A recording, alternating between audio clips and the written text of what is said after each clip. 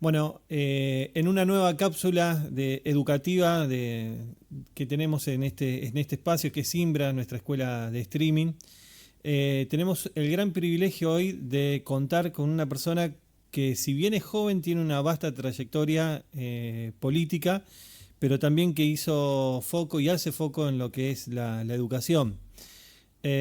Una persona que conocí hace mucho tiempo y que siempre he admirado por su vocación, por su servicio y sobre todo por su empuje. Él es profesor universitario, es licenciado en Ciencias Políticas y también autor de un libro que nos va a estar contando, quiero decir, sobre la temática y de qué se trata. Rafael Muñoz, un gustazo tenerte acá con nosotros. No, no, por favor, un gusto para mí. Gracias por la invitación, Luciano. Sí, nos conocemos hace mucho y bueno, nada, te deseo éxitos he visto otros programas de cápsula y me parecen interesantísimos. Bueno, tenemos en este espacio está el doctor Orlando Lita, pero hoy decidimos dado la presentación del libro y demás, nos parecía conveniente también que pudiera estar vos compartiendo tu visión un poco de la educación y ya entrándonos en tema, ¿cómo ves la educación actual? ¿Cómo está formulada? ¿Cómo está planteada? Si tiene algún que otro cambio que realizarse y también en comparativa con otros países. Bueno, sí, obviamente, siempre la educación es uno de los pilares y tiene que cambiar y renovarse. Una de las cosas que hablabas anteriormente, soy autor del libro Rebeldía y Progreso, los jóvenes argentinos en la nueva era, y hago un repaso eh, de lo que fue la pandemia, el quiebre que hubo en la pandemia, digamos, la falta de herramientas que ahí se vio y se notó en el sistema educativo en general. No hablo en particular de algún sistema específico, sino del sistema argentino, que yo creo que hizo lo que pudo, por eso también el libro es una crítica constructiva, y la rebeldía por los jóvenes, porque siempre tratan de salir para arriba. Ha traído obviamente muchos temas de salud mental, de problemática de salud mental en los jóvenes, que son actuales.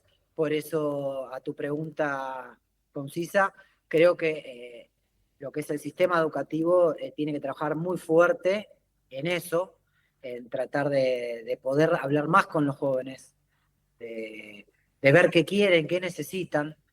Eh, a ver, te voy a dar un ejemplo. Nosotros, los docentes, nosotros los adultos, y ahí te involucro, venimos por detrás de los jóvenes.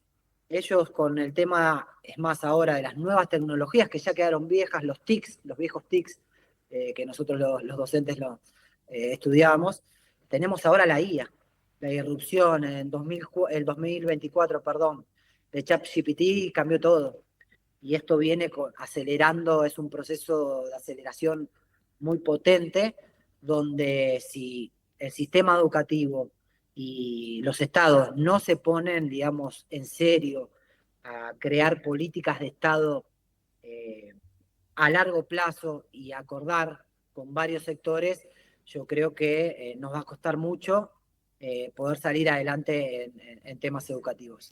Que- Y bien, algún cambio que vos decías es esto, tratar de poder enfocarnos en enseñar un poco más IA, capacitar a los docentes, al sistema educativo y no ir detrás de los jóvenes con viejas recetas de, de que algunos de las jurisdicciones sacan el celular, otras no están de acuerdo. Me parece que hay un Consejo Federal de Educación que tiene que dar pautas específicas, ponerse de acuerdo, ponernos los pantalones largos los adultos, porque la verdad que con las últimas novedades que tuvimos lamentablemente en Santa Fe, en San Cristóbal, se ve que no estamos preparados para cuestiones de alto impacto y en el libro lo hablo, es un tema específico que fue la pandemia, pero no estamos preparados para un alto impacto y estamos detrás de los jóvenes y de la educación. Yo creo que ahí, a ver si compartías opinión.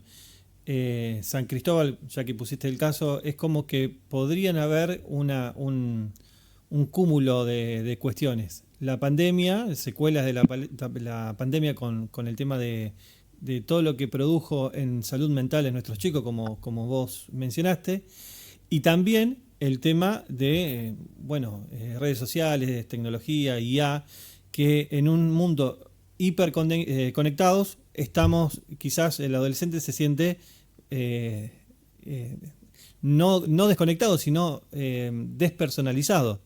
Y esas cuestiones de grupos que se van formando virtuales, por ahí hacen nacer algún tipo de radicalismo con respecto a algunas conductas. No sé si compartís un poco esta opinión. Sí, sí, obvio, obvio. Comparto totalmente. Es más, en el libro, digamos, lo que yo llamo una de las partes más humanas del libro es el enfoque en la salud mental. Ante la ansiedad el aislamiento que produjo en ese momento la pandemia, pero ya venía de antes, yo hago todo, digamos, una línea de tiempo. Yo creo que el aprendizaje se convierte en una herramienta de sanación.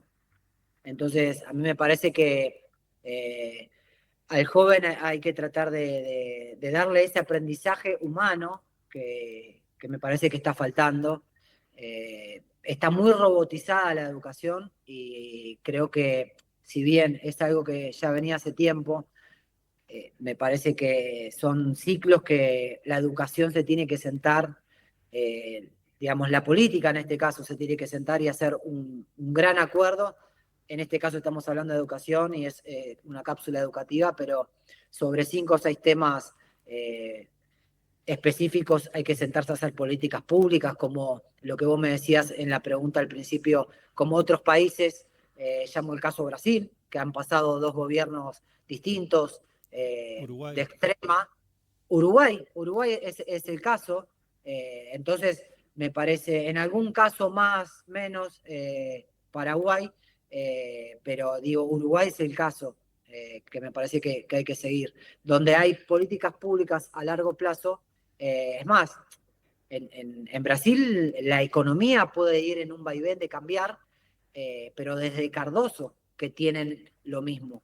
Y ellos están cuidando en ese tema específico, que no me voy a meter que es la economía, porque no es mi expertise, pero cuidan el real como si fuera, digamos, algo sagrado. Entonces, quiero decir, me parece que si no empezamos desde arriba hacia abajo con el tema de acuerdos, va a ser muy difícil que, o sea, tirarle toda la carga al docente, a las familias y específicamente al joven, porque a veces es como que el joven tiene la culpa y no estamos viendo que nosotros tenemos que dar el ejemplo desde arriba hacia abajo. Bien. Eh, qué gran dilema va a ser y qué contradictorio un poco en un mundo donde las IA están tomando cada vez más protagonismo, como hablaste, y están cada vez parecidas más a una persona, tener que educar con una herramienta como la IA, que entiendo que es necesaria y que debemos estar preparados para eso, pero sin perder justamente lo humano. ¿Cómo se haría eso? ¿Cuál sería la solución? Bueno, en el libro yo lo retomo, digamos, el mundo se fue cerrando, no es Argentina, no estoy hablando de un gobierno en particular, pero el mundo en estos últimos 5 o 7 años se fue cerrando y fue de la solidaridad, de lo conjunto, de, del- de trabajar, digamos, en equipo, se fue haciendo mucho más individualista y que sálvese quien pueda. Mm, Y en realidad voy a la última serie de Darín el Eternauta de Nadie se salva solo. sí. O sea, me parece que viene por ahí y la IA, no la estoy criticando, me parece una herramienta muy buena. Mismo en el libro, la tapa me la hace una joven y es con IA. Mm, Lo hago a propósito y le dejo el logo de agua, la marca de agua de Gemini. mm. Muchos me preguntaron, che, ¿lo hiciste con IA? Mismo el editor. Y le digo, no, me la hizo una joven para que se vea de qué se trata el libro también, que los jóvenes también pueden crear. Pero si no tienen la parte humana de los que estudiamos todo lo que es social, o ciencias sociales, para decirlo mejor, no comprende eso la IA. Lo humano no lo comprende y no lo va a comprender. No lo va a comprender, por más que vos digas, y yo estoy de acuerdo, que cada vez se parece más al humano lo que tenemos nosotros dentro, y mientras no tenga un corazón que lata, no se va a parecer nunca a nosotros. Por eso digo, hay que tratar de enseñarle más del humano, hay que tratar de a los alumnos hablarle más con el corazón, hay que tratar de al alumno ver más que nada qué le pasa, sin ser psicólogos solamente. Yo sé que el docente estudió los años que tuvo que hacer eh, digamos, en el instituto superior o la carrera que haya hecho, condensada a la docencia, pero me parece que es mucho más sencillo de lo que parece. Es acercarnos de nuevo, no tener pluritos con, si digo esto, a ver si todavía me estoy metiendo con lo que los padres le enseñó. Yo me acuerdo y di un ejemplo el otro día en otra entrevista que me dijeron, o sea, mi mamá con mi docente, o sea, cruzaban las miradas y se ponían de acuerdo. Y yo ya ahí no participaba. O sea, y ahora es, en algunos casos, que vemos violencia contra el docente porque ¿qué le dijiste a mi hijo? ¿Qué le dijiste a mi hija? Entonces me parece que ese tipo de cuestiones, sí, la autoridad, que por eso siempre digo es de arriba hacia abajo, y lo digo científicamente, está estudiado, top-down, si no se baja, digamos, la línea de arriba hacia abajo y no hay alguien que pueda llegar a imponer esa autoridad que a veces también la palabra está como muy corrida de eje, ¿viste? Entonces, como todo se corre un poco de eje, me parece que hay que volver a decir las cosas claras, a decir las cosas con nombre y apellido y a poder hablarle humanamente al estudiante y obviamente escucharlo.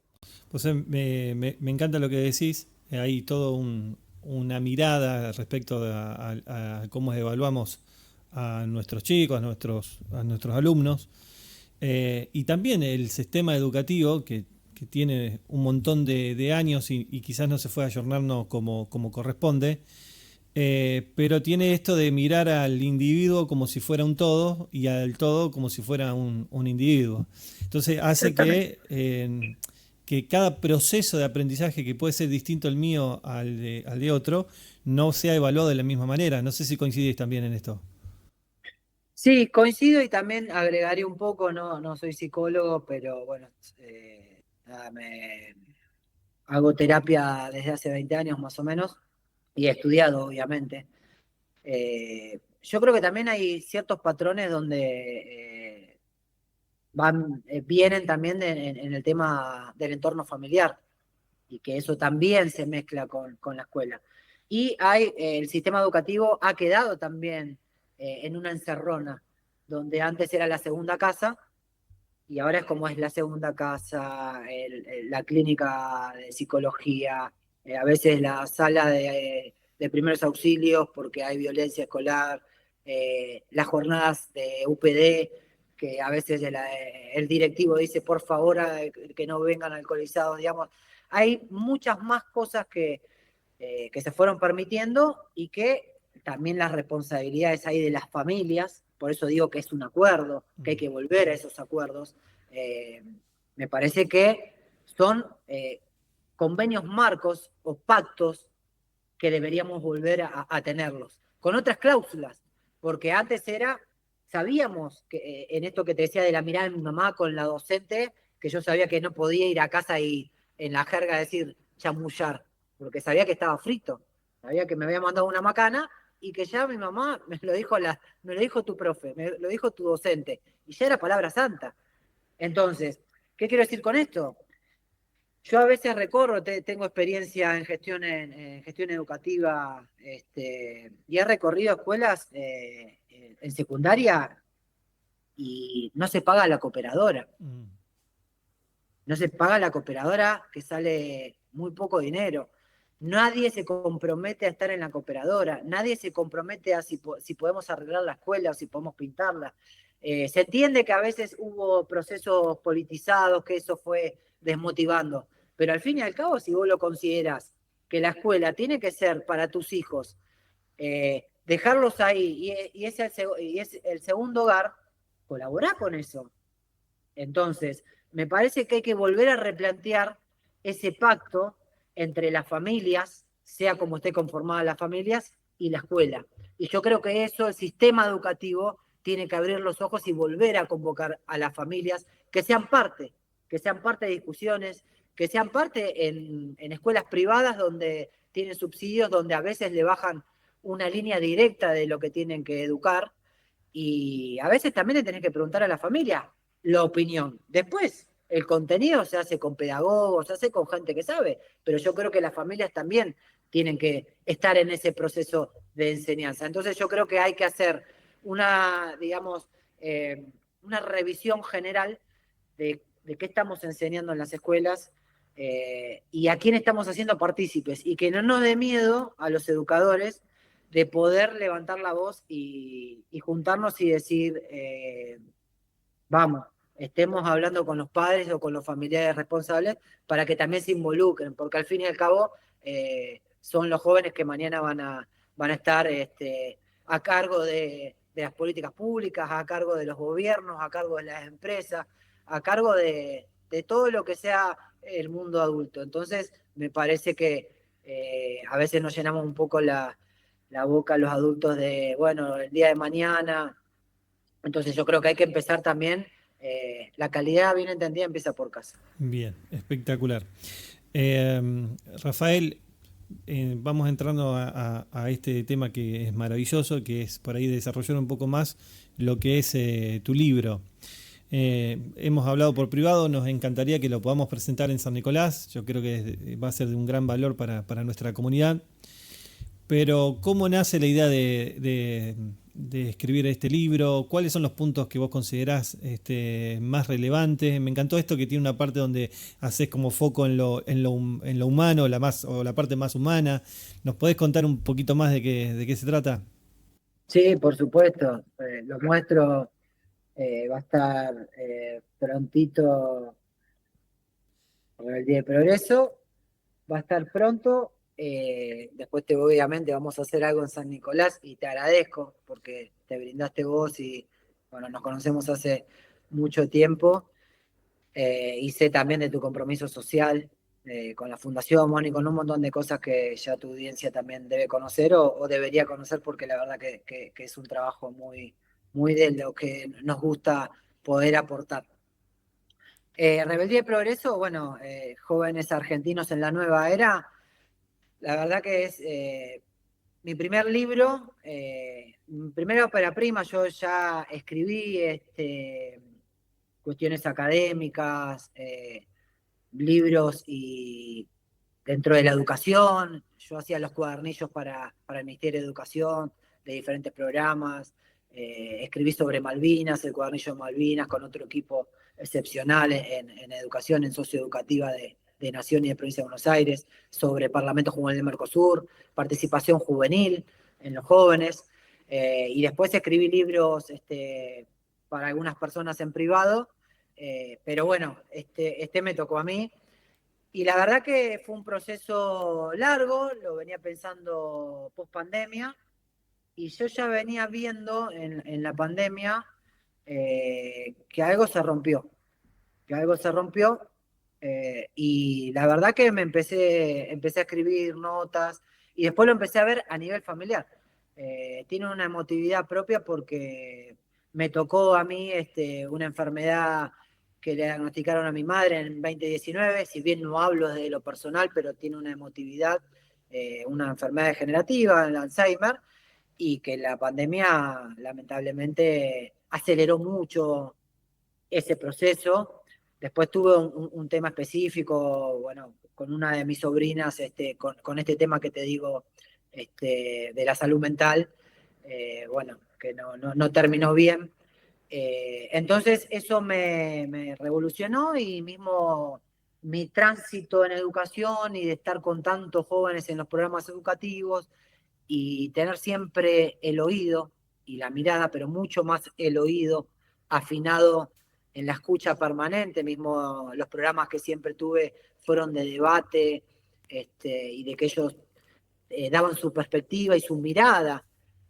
Mismo trabajé mucho en Provincia de Buenos Aires y el interior de la Provincia de Buenos Aires, donde vos sos, hasta en el conurbano son miradas totalmente distintas, pero yo podía, digamos, colisionar esas dos miradas y poder sacar reflexiones sobre la mirada directa y la escucha directa del joven, y a mí me parecía brillante. Entonces, eso me fue dando, digamos, mucha letra para el libro, que primero eran como 300 páginas, después lo fui achicando y quedó en un formato mucho más pequeño, pero bueno, esto hablo de la rebeldía, donde yo creo que hubo un proceso de, nos encerraron,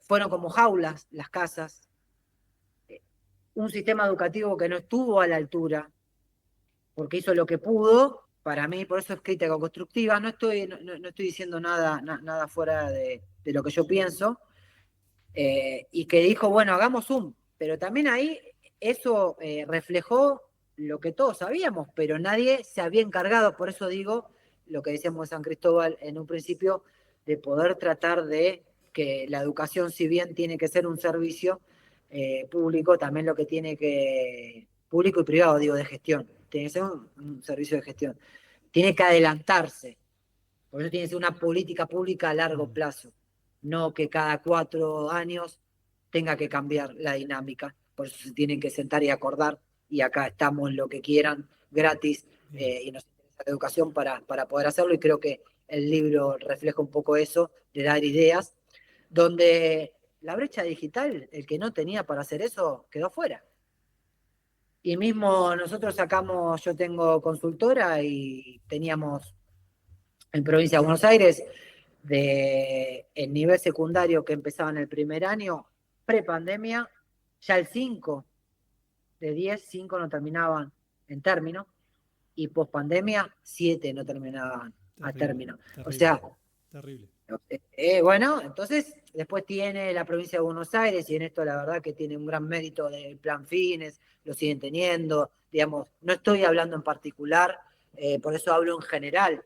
Mismo hago, toco Córdoba, toco Rosario, toco Mendoza, grandes urbes, no estoy específicamente, pero es el sistema educativo más grande de Latinoamérica, la provincia de Buenos Aires, más que San Pablo, o sea, digamos, en Brasil.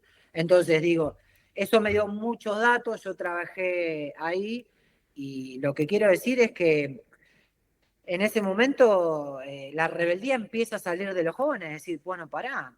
Y ahí empieza esto que fue después la comida rápida, el pibe diciendo yo me voy a comprar mi bicicleta y pensando que por ahí podía salir, que puedo hacer mi propio emprendimiento. Y entonces empieza una rebeldía, muchos, mismo lo doy, lo pongo el ejemplo de streamer, que empiezan todos pre-pandemia y post-pandemia, donde se hacen famosos.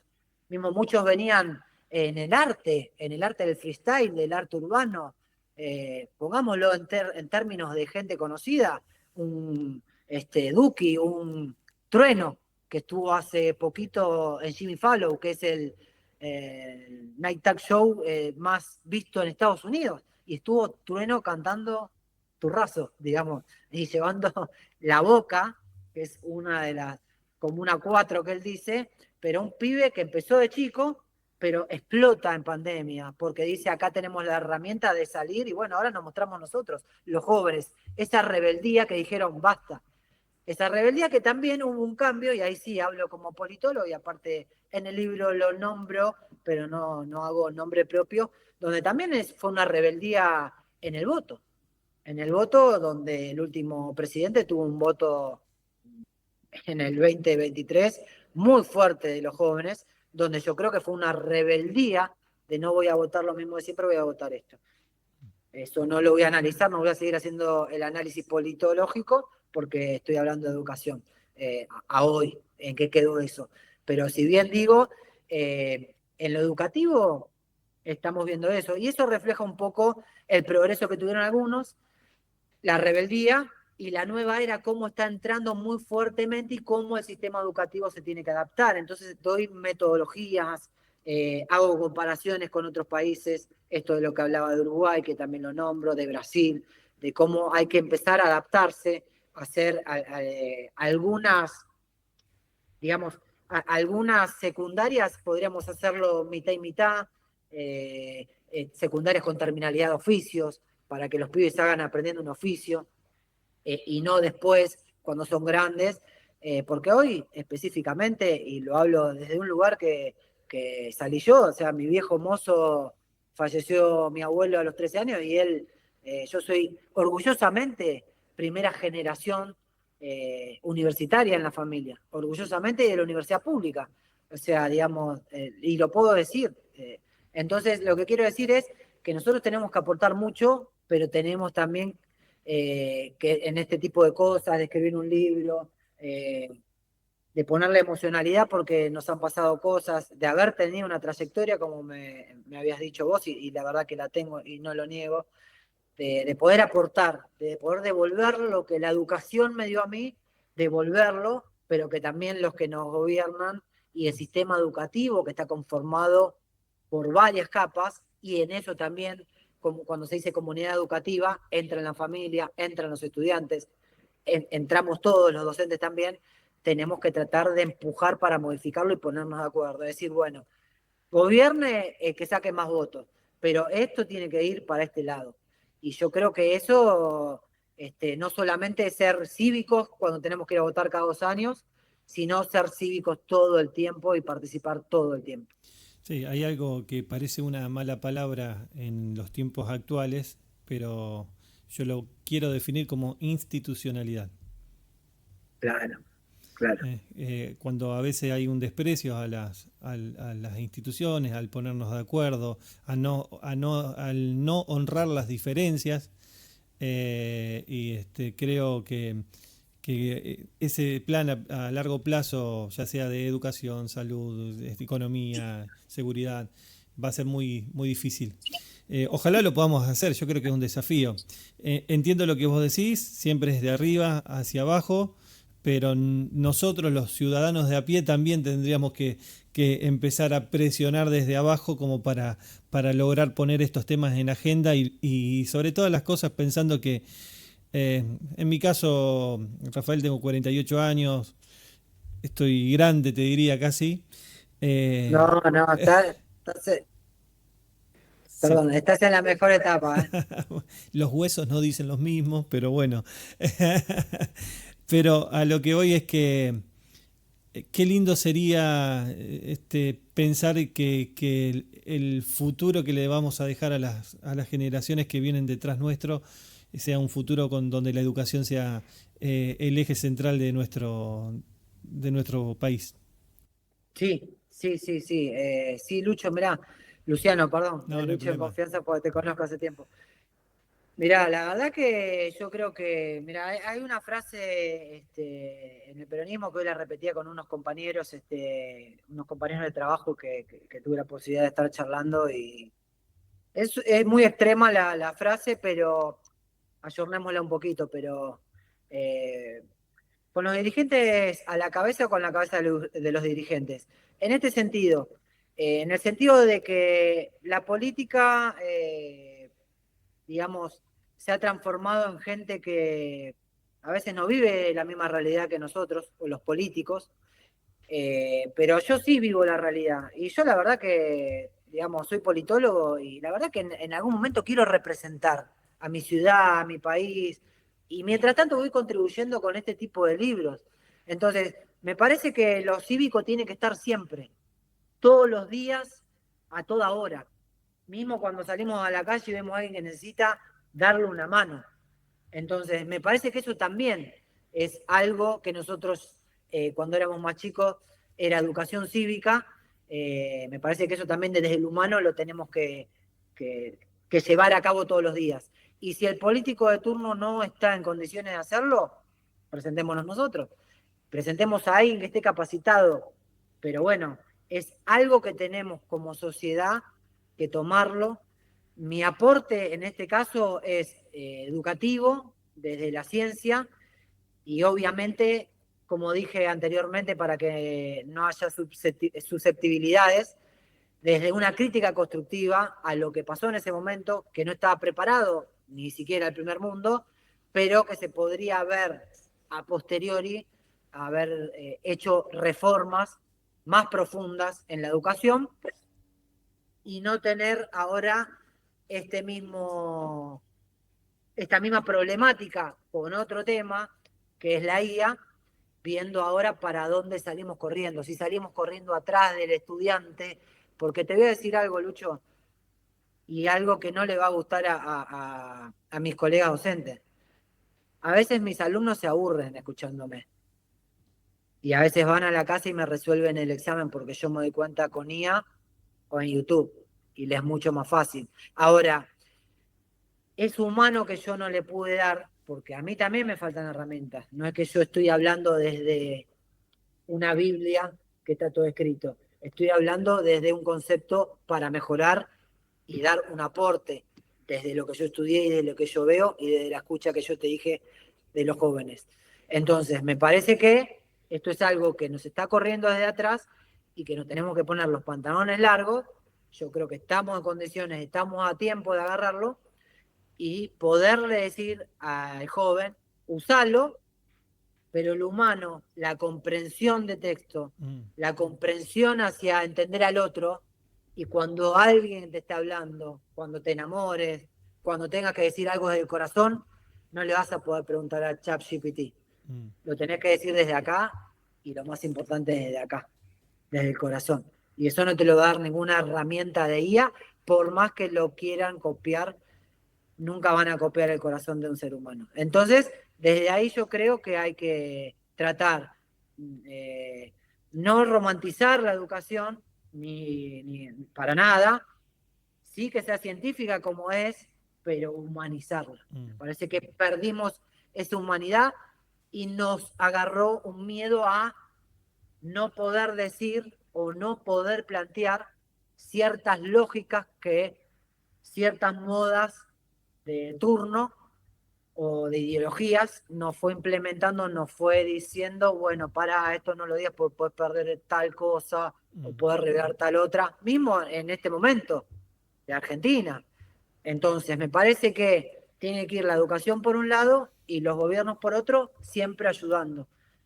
No creo que haya que entrar en guerra con un sistema educativo eh, que lo inventa Sarmiento, digamos, o sea, que arranca con Sarmiento. Me parece que tiene unos años.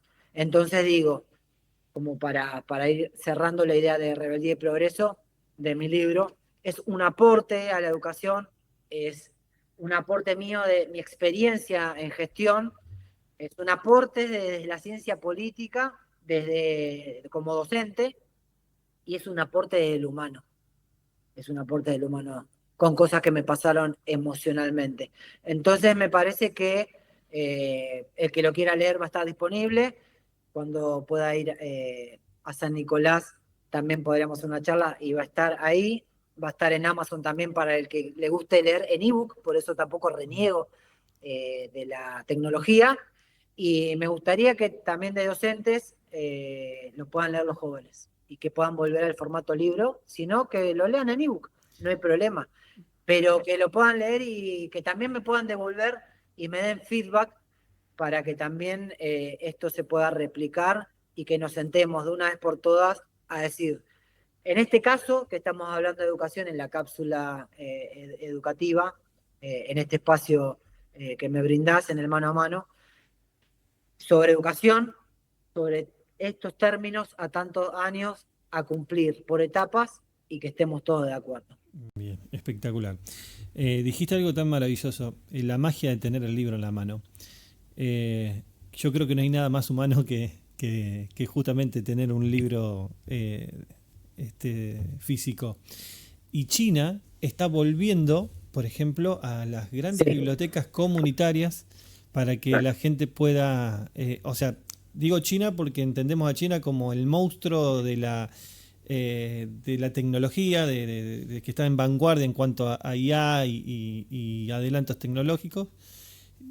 Hace como tierra un poco para su población para que puedan leer libros físicos. O sea, claro. evidentemente hay detrás de esa magia del libro, hay un montón de cosas que pasa dentro de nuestra biología que hace que nuestro cerebro y bueno, que todo nuestro ser sea mejor. Lo que pasa que, bueno, China es un tema para hablarlo mucho más largo y extendido. pero, a ver, nosotros no hay que irse mucho más lejos que la hermosa biblioteca que tienen las universidades Mm, públicas y privadas. La biblioteca que tiene la UBA es increíble. Desde donde lo mires, increíble. Yo estudié en la Universidad Nacional de Lanús y tiene una biblioteca tremenda, tremenda. Y he estado también en la Universidad de Belgrano y tiene unos libros que vos decís, wow.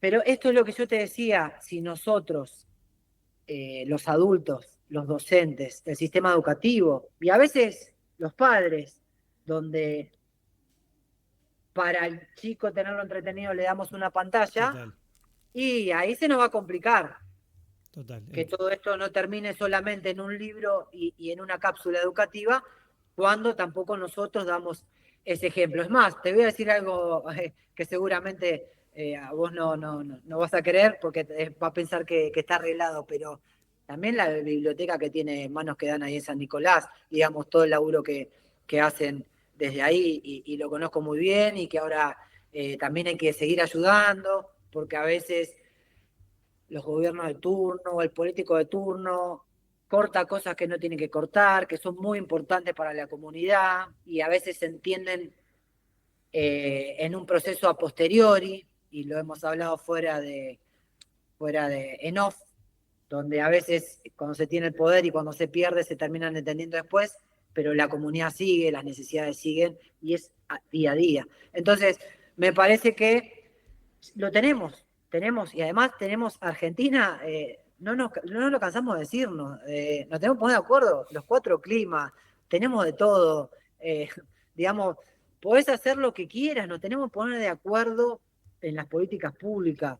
Si es de un extremo al otro, sentarnos y decir, bueno, vayamos por acá, pongámonos de acuerdo, por favor, dejemos de pelearnos porque al fin y al cabo la Argentina va a seguir estando, esperemos dejar una Argentina fructífera, más que nada en la educación, porque me parece que es el pilar fundamental, la piedra fundamental este, de lo que va a sacar adelante el mundo, la humanidad, y me parece que nosotros nos podemos volver, como vos dijiste, que nos duelan los huesos, después nos van a hablar otras cosas, después iremos a otro lado, en nuestro caso eh, al cielo, si creemos, o al que cree, pero la Argentina va a seguir existiendo. Entonces me parece que tenemos que aportar nuestro granito de arena y no tener miedo a cuando tengamos que pegar el grito en el cielo, pegarlo,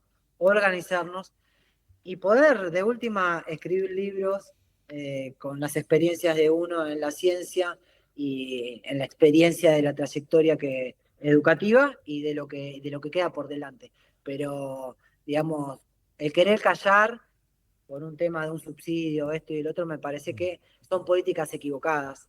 Eh, Porque yo entiendo que hay veces que hay que corregir ciertas cosas, pero si yo te digo a vos que hay que corregir, sos empleado mío en una empresa hay que corregir, pero antes de decírtelo te echo de un plumazo, digamos, es complejo. Entonces, no doy la oportunidad de corregir, de auditar, de poder tener otras perspectivas de, bueno, mira, esto no me parece bien, vamos a cambiarlo de esta manera, vamos a achicarlo porque lo podemos ahora. Directamente congelar ciertas partidas presupuestarias me parece un poco grave.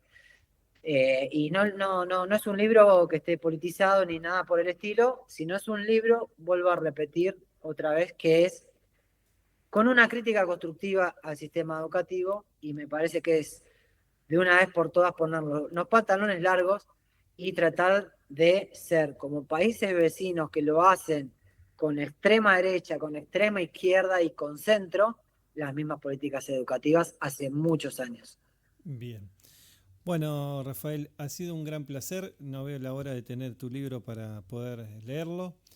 Y La bueno, semana que viene va a estar y yo bueno, te voy a mandar uno específico y si nos vemos obviamente te lo voy a firmar con mucho gusto, Lucho, te tengo un aprecio como persona principalmente y obviamente con tu labor social y comunicacional de ahora de la escuela de streaming que están haciendo que me fascina, la verdad que...